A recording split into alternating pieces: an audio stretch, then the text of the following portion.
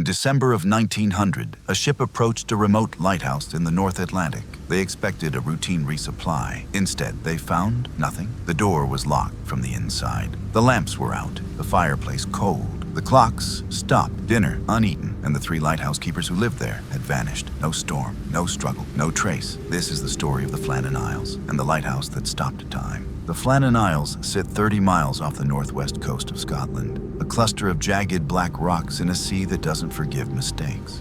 Waves here rise like cliffs, winds can rip doors from hinges, and fog settles like something alive. They built a lighthouse there in 1899, a lonely tower of stone on the highest peak.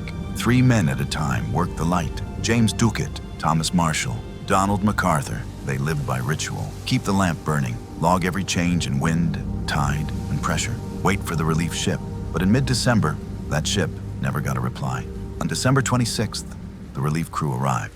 No flag, no signal, no one waiting at the dock. The assistant keeper, Joseph Moore, climbed the steep stairs alone. What he found disturbed him for the rest of his life. The door was locked from the inside. One oilskin coat remained on its hook. The others were missing. In the kitchen, untouched food sat cold on 3 plates. A chair had fallen backward, as if someone stood up suddenly. The clock above the hearth had stopped at 8:45. The light, the one thing that was never supposed to go out, was dark.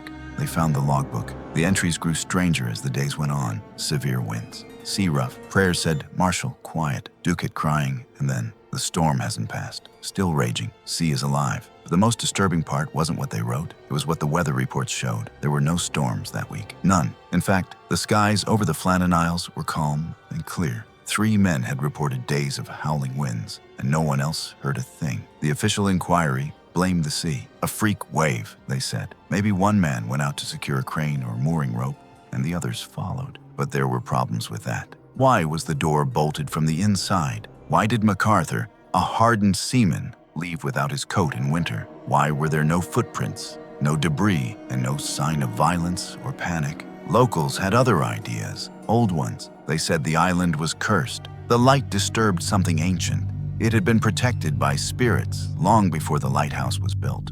Some spoke of selkies, shapeshifters from the sea. Others said it was the Phantom of the Isles, a legend older than the land. But there's one detail most people don't know. When Joseph Moore returned to the mainland, he stopped talking.